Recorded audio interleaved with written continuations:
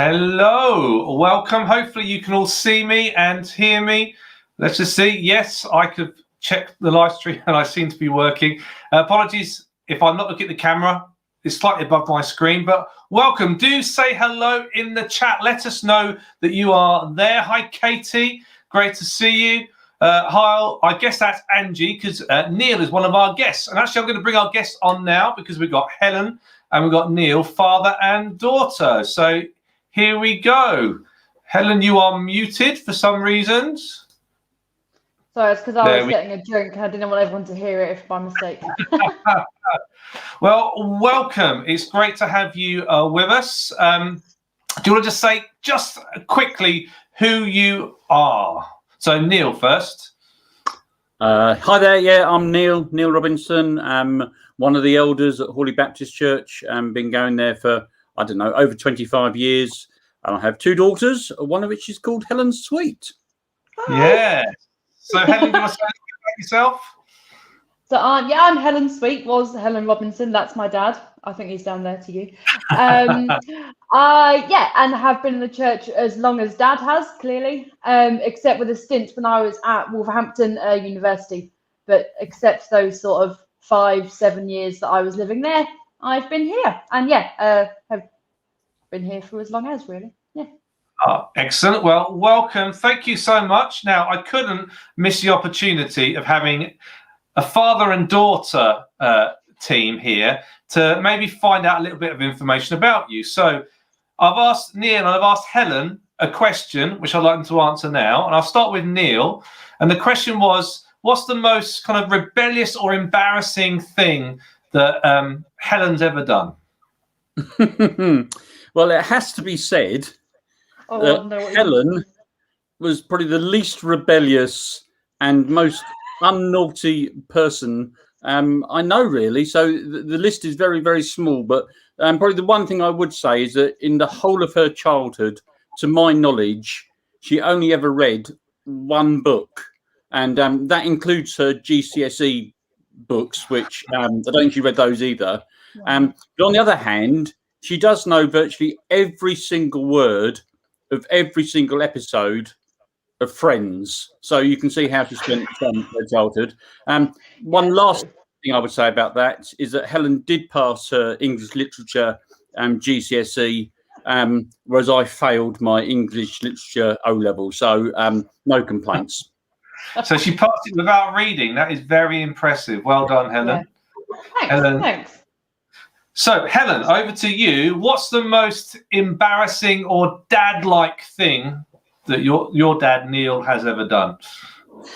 The first thing that springs to mind is my sister, Kate, her bike broke. Like the chain guard came off, and so Dad went to fix it in a very dadly, manner. Got out the super glue, went to go and fix it, but the super glue wouldn't come out the tube. At which point, you could probably call him Homer Simpson as he goes to look in the tube to see why, squeezes it, and super glue jumps into his eye. And so then has to stay like this for ages as we're throwing buckets of water at it, and end up taking him to the hospital to get it looked at. And because who doesn't, get super glue in their eye by physically squeezing it towards themselves? Helen, I've done that and ended up in A&E. What is wrong with you men? Why would you do such a thing? It's just a bloke thing, I think. I bet you haven't run into double glazing doors as they were closed, though, and bounced back and fall on the floor. No, I've also done that. I'm going to have to stop you there, Helen. Otherwise, we might end up spending the next half hour, as pleasurable as it would be, finding out embarrassing things about Neil. We might get more people coming in doing that. But, we're going to talk about our latest sermon series. Just say a few hellos. So, hi, Paula. Hello, Katie. Hello, my wife, Jenny. Hi, Janet, and presumably Clive as well. Welcome. And if any of you else are watching, we've got 17 people watching at the moment, according to my screen. So, welcome. Thank you so much for tuning in. We're going to be about another 30 minutes or so. Just to let you know, we are going to be talking about our sermon series that came to an end this morning called Me and My Big Mouth. And it's been a really good sermon series full of practical advice. All three of us on this screen have spoken as part of this sermon series.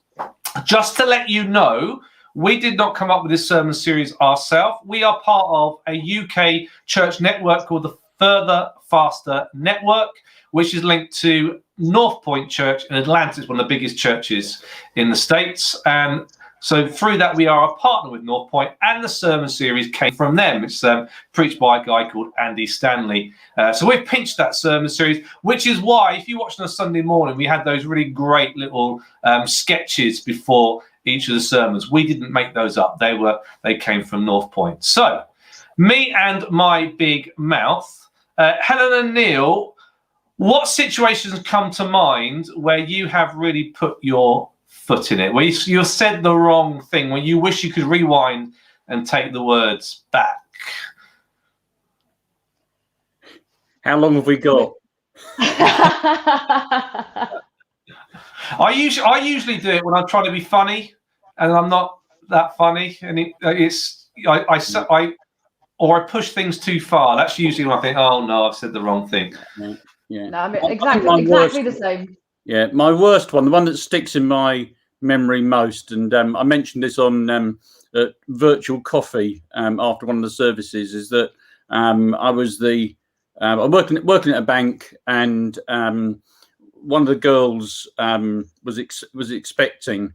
And I asked her, and she'd left work, or she was working at the branch. Can't remember the circumstances, but in short, I asked her when the baby was due, and she'd actually had the baby, but hadn't quite lost some of the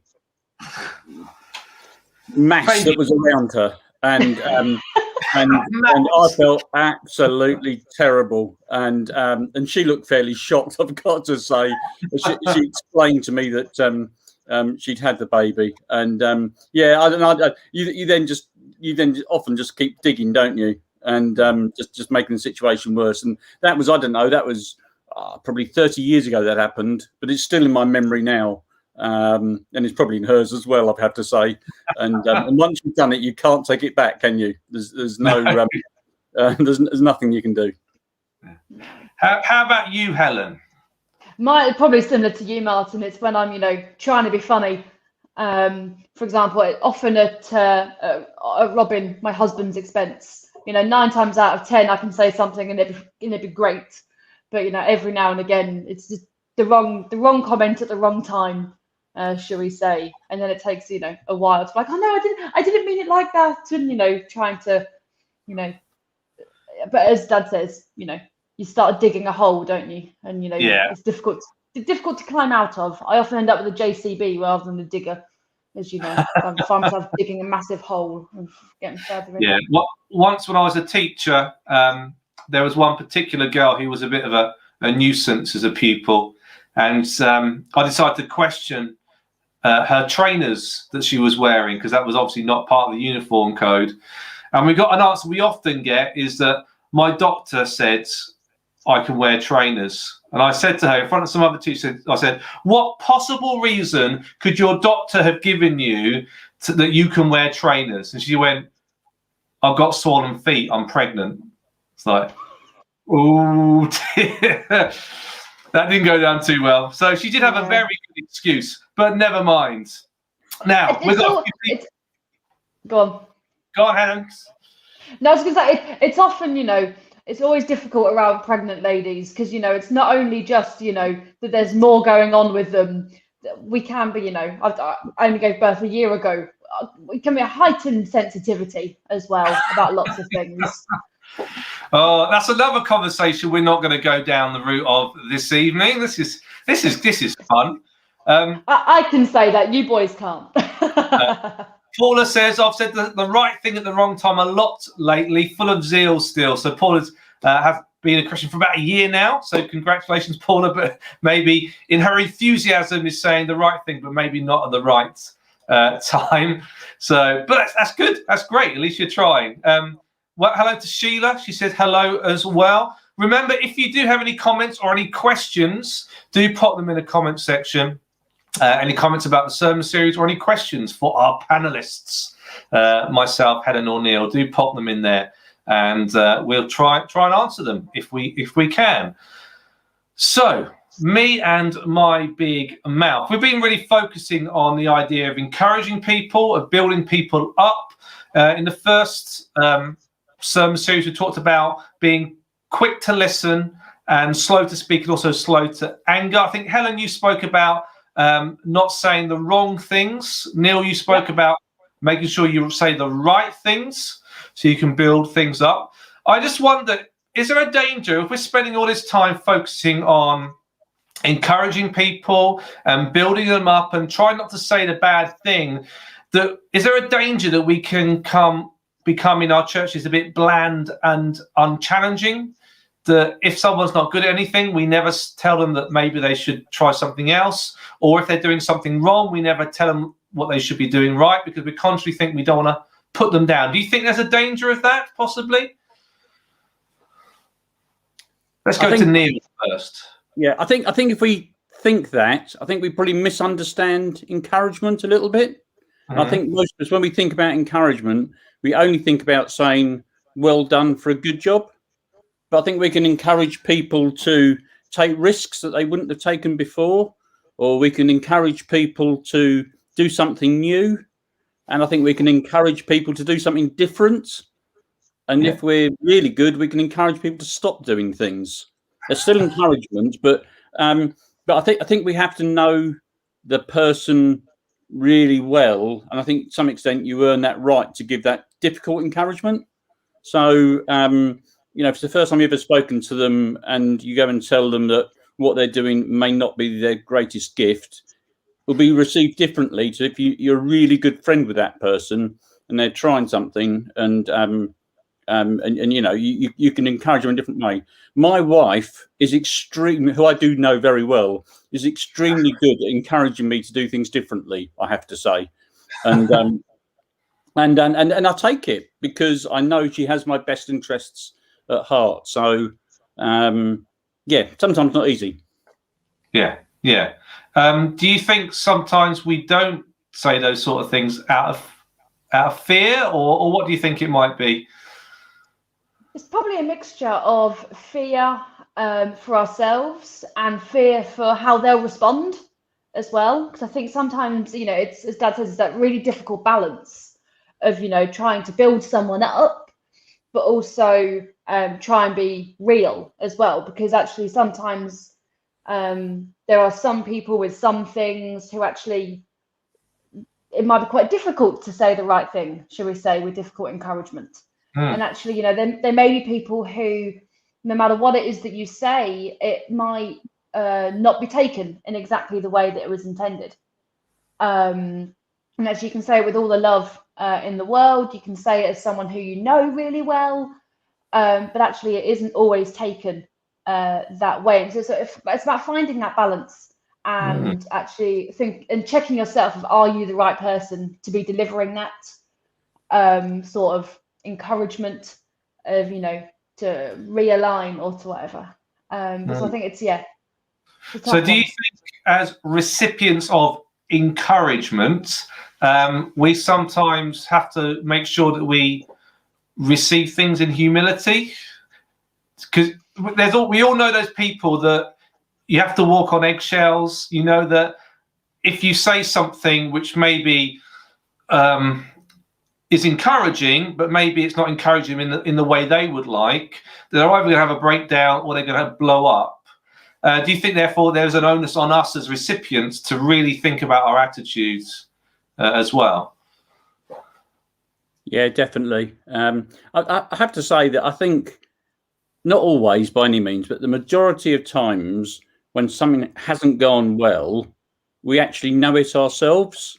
And I've preached enough very average sermons that when somebody comes up and says, all of it was great, I know they've been kind. If they came up to me and said, I found one thing you said was kind and was quite specific, then that would be far more encouraging for me, because often I think when we do something that's not that good or not that well, heart of hearts, we actually know it. And I think having the right word is a real gift and a real skill. And I think the more we practice it, the better we get. Yeah, we were discussing this at house group, that exact thing on Tuesday, and actually how often, the smaller thing can actually make a much bigger impact. And going, your entire thing was great. It's lovely, great. Thanks for telling me. I really appreciate you, taking the time out to come and encourage me.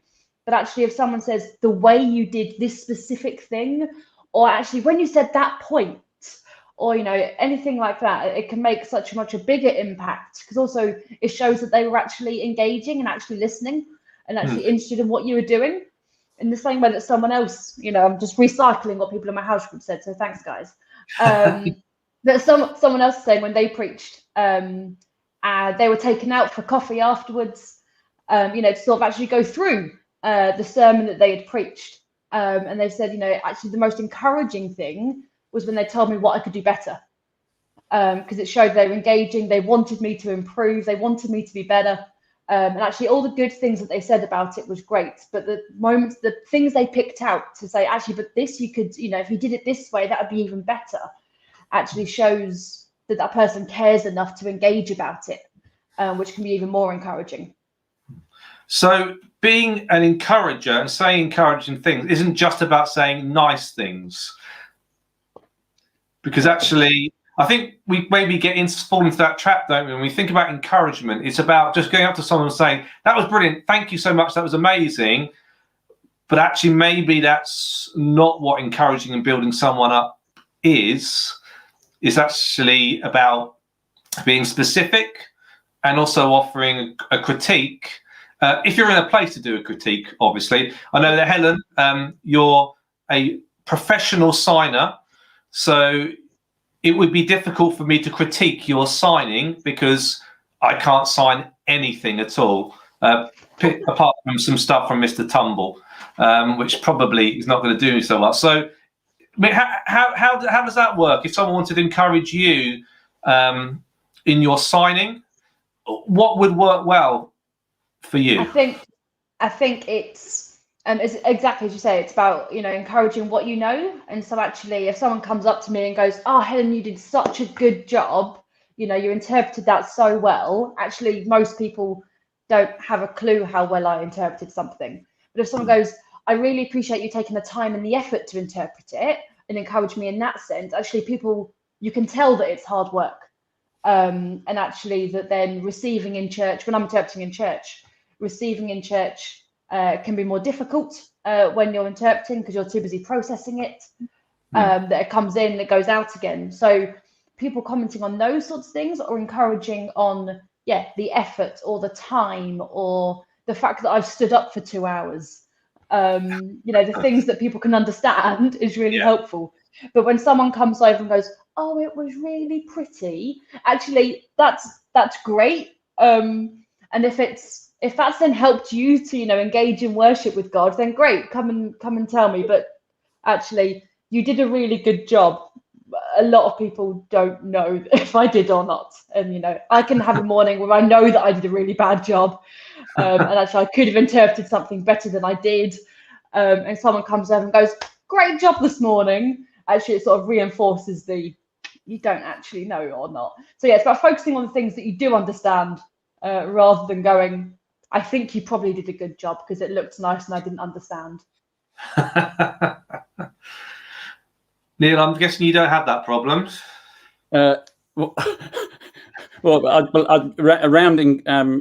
Around signing, I don't understand the word. My usual encouragement. You understand your grandson signing Thomas. What more do you need?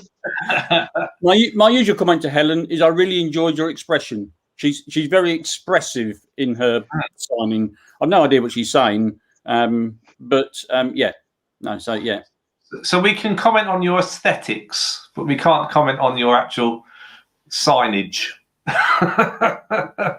Yeah, that's it's not a bad way of putting it. Comment on that. I'm putting my foot in again. Just say hi to Jackie, hi to Sue, hi to Julie. Do say hello if you are with us. We did hit 19 there for a moment, but obviously I said something wrong because we dropped down to 18. So, and do put any questions or comments about our sermon series we just came to an end to this morning, Me and My Big Mouth. Remember, you can catch up on all the series on our YouTube channel. Just going the conversation off at a slight tangent. I love following things in the States in terms of all the stuff that's happening in politics and religion, and they are a massively divided country, particularly in their churches where politics play a much bigger part maybe than they do in our church. We try not to mention Brexit, and we're kind of past that a little bit now. But I wonder, using these ideas of building people up, not demolishing them, not knocking them down, making sure we listen. How do we disagree and argue in a healthy way? Martin, to let you know your camera's gone. Let me answer that with an advert. Tomorrow is released the next Fruit of the Spirit videos from the lecturers of Spurgeon's Bible College. The one tomorrow I think is particularly good. I can't remember the chap's name. It's only 8 minutes, and he talks about kindness, and he addresses this point and about division within the church around other things, and that sort of characteristic of the fruit of the Spirit of kindness is a great answer to our divisions. If we're kind in the way we put things across. He quoted, so I'm now quoting him, quoting William Barclay, and who was a Scottish minister apparently. And William Barclay said, and he put the glasses on,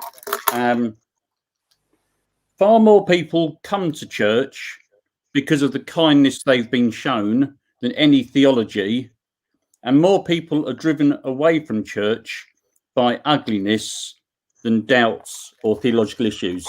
And just made me think really is that we don't have to agree with people, but if our attitude can be that of kind and disagree with the argument rather than the person, I guess. Yeah, that's really important. This idea of kindness. I mean, if it's a fruit of the Spirit, that should be something that there is plenty of within our churches. Do you think there is? As I think there should be, and I think there is on the whole. But I think there's moments in every church, not saying our church specifically, but the global church.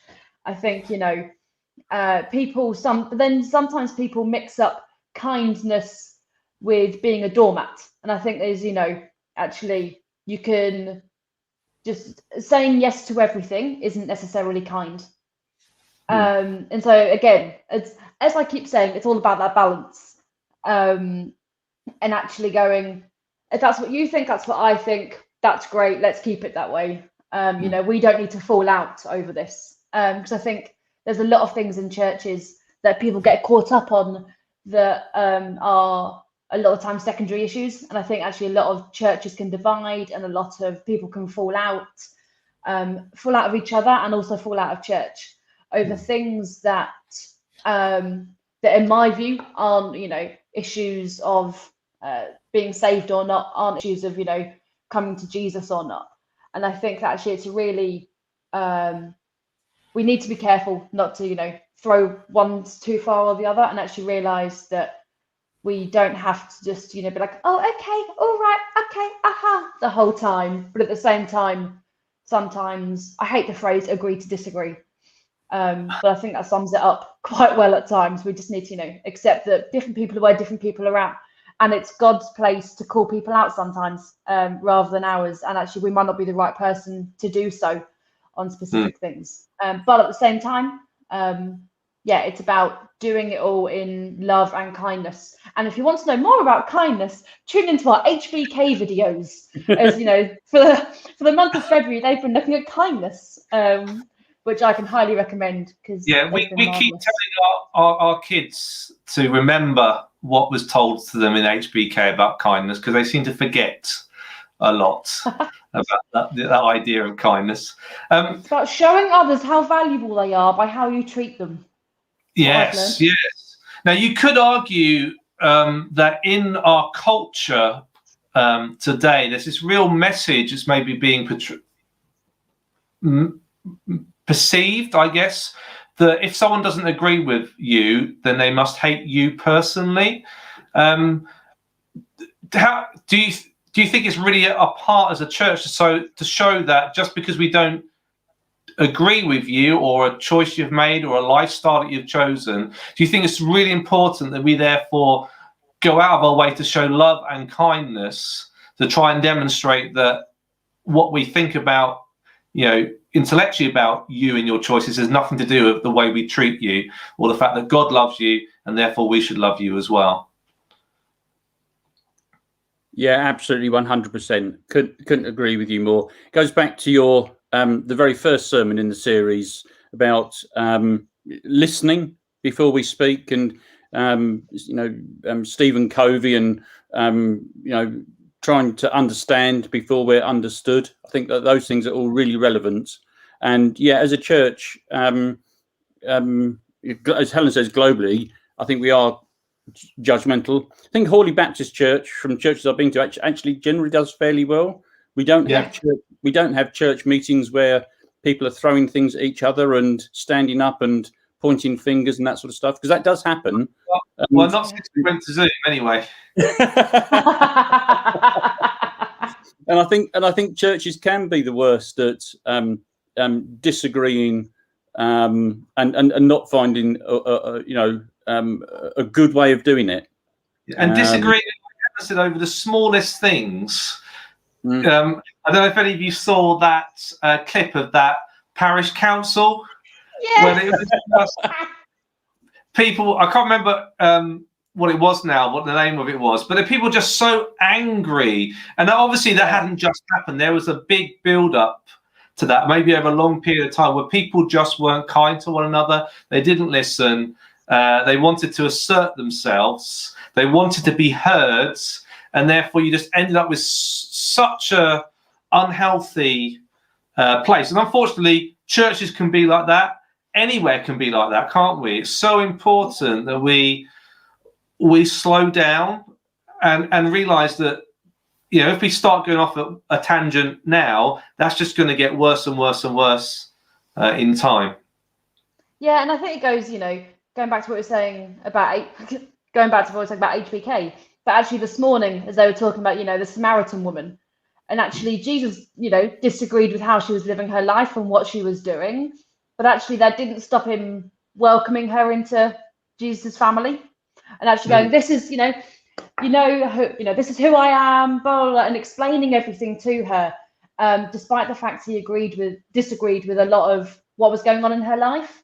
And actually, I think that's a really important, example that we should all take, is that actually Jesus was there, sharing the gospel with her and sharing his story and sharing God's story with her, even though actually how she was living her life was very different to how that would have been expected of someone who was coming to God. And so I think, and Jesus didn't go in, all guns blazing. He just asked for a drink. And actually, he did it with such kindness and gentleness and humility. And he called her out on, what she was doing and that her life wasn't quite where it should be. But he didn't go sort all that out and then come back to me. Actually, they did all, everything was there, everything was then, actually in the mix of everything being a bit upside down. Yeah. We should make sure everyone watches HBK, because some really good stuff from HBK. That's on at 10 o'clock on Sundays before the main service, but you can look back and watch it now on catch up. Not now, because you're watching this. Don't go yet. Just to say that my wife, so I've got to put it up there, says, don't always assume those who are confident and do their thing well don't need encouragement too. Insecurities can be hidden by confidence. I'm sure we've all know people who are the most bubbliest, extrovert, confident people, and then you find out that actually it's not all a facade, but it is a one way of masking some of their insecurities that they feel. So don't think that just because someone's really good at what they do or very confident that actually they don't need some encouraging. Yeah, and Katie says, how do you think we can share honestly with one another whilst also making sure what we say is beneficial to the person listening? Is there a place for sharing things to benefit ourselves? So that's a danger, isn't it? That's coming from the wrong place. We're getting things off our chest. I'm saying this in love. Well, actually, no, you're just having a go. It's making you feel a bit better. Am I guilty of that? Are you guilty of that? That's something we have to try and think about. Yeah. Yeah, I think it goes back to those. Yeah, I think it goes back to those first couple of sermons of actually, being slow to speak and quick to listen, and actually, as we said earlier, making sure that we're the right person to say things at the right time, and actually just, if it's the right thing to say, then actually saying it in a day, a month, a year's time, you might still be, the right person, the right thing. Actually, there's very, very rarely a need to say something in the here and now. And actually sit with it with God. Sit with it with God and see what God says. Well, what I tend to do, like with emails and stuff, I write an email one day, but I won't send it to the next. And sometimes I won't send it at all. If it's that sort of email, because sometimes I'm only doing it for my benefit. It's not for the benefit of the other person. It's just I've got myself all het up about an issue. Yeah. No, thank you, Katie. That is great. So we're drawing to the end of our time now. But I just want to share with you the last line of my sermon this morning. If you haven't watched it, do catch up with it. I actually quoted from Luke chapter 6, verse 45. I think this is a real challenge when it comes to the things we say, the words that we use. It says this in Luke chapter 6, verse 45. A good man brings good things out of the good stored up in his heart. And an evil man brings evil things out of the evil stored up in his heart. For the mouth speaks what the heart is full of. And I remember hearing in a sermon once, I found it a real challenge, and it might be something you might want to mull over, that often we say, oh, they only said that because they were tired, or, you got to forgive them, they've had a difficult week. And we tend to say that when someone's facing difficulties or struggles, then that's not the real them. But actually, maybe that is the real them. That when things are okay and we're in control of ourselves, actually the words that come out, we're in control of. It's those times when actually we're struggling and we're not in control, that maybe our true self comes out. And that's why it's so important to spend time on our hearts rather than trying to be better with our words. What's it called? Putting the cart before the horse. This sermon series, it's not about the words that we speak, really. It's about the heart that we have. Do we have a good heart? Are we focused on kindness? Are we full of the Holy Spirit that brings out those fruits? Or are there things and issues and bitterness and unforgiveness and all sorts of things in our life that cause our words to the wrong words to come out at the wrong time and cause a lot of damage? So, yeah, there you go. That's a challenge for you. Any last words, Helen and Neil, before we close? Well, my favourite story around encouragement, it's got a sporting thing. You won't be surprised to hear. I think it's I've got it written down here, probably 1998 or something like that. 96 perhaps. I don't know, it makes a difference. England went out of the Euros, football Euros, because Gareth Southgate missed a penalty and we were knocked out in the penalty shootout. 22 years later, Gareth Southgate is the manager of England, and England are in another penalty shootout, this time against Colombia. And actually, amazingly, for the first time ever, England win the penalty shootout. And the only person that went up to the Colombian footballer after he'd missed the penalty and Colombia went out was Gareth Southgate. And I think there's something there for us that sometimes we get hurt and we learn things. Well, actually, we need to use that as a building experience to go and help and encourage others. So there's my sporting analogy for today. Thank you, Neil. Anything from you, Helen? I don't think I can say it better than Pizzle. I don't think I've got anything to add that hasn't already been said, if I'm honest. Cool. No nice little tidbit at the end, I'm afraid. Well, thank you, Neil. Thank you, Helen. It's been a pleasure having you with us and having this conversation. Thank you to everyone that's been watching. If you came in late, you can go back and watch this again. And do please share this on social media. Do please subscribe to our channel. It's the only way we get this out to more and more people if you do that. So, yeah, enjoy the rest of your evening. Thank you so much. And we'll say goodbye now. Bye, everyone. Bye, everyone.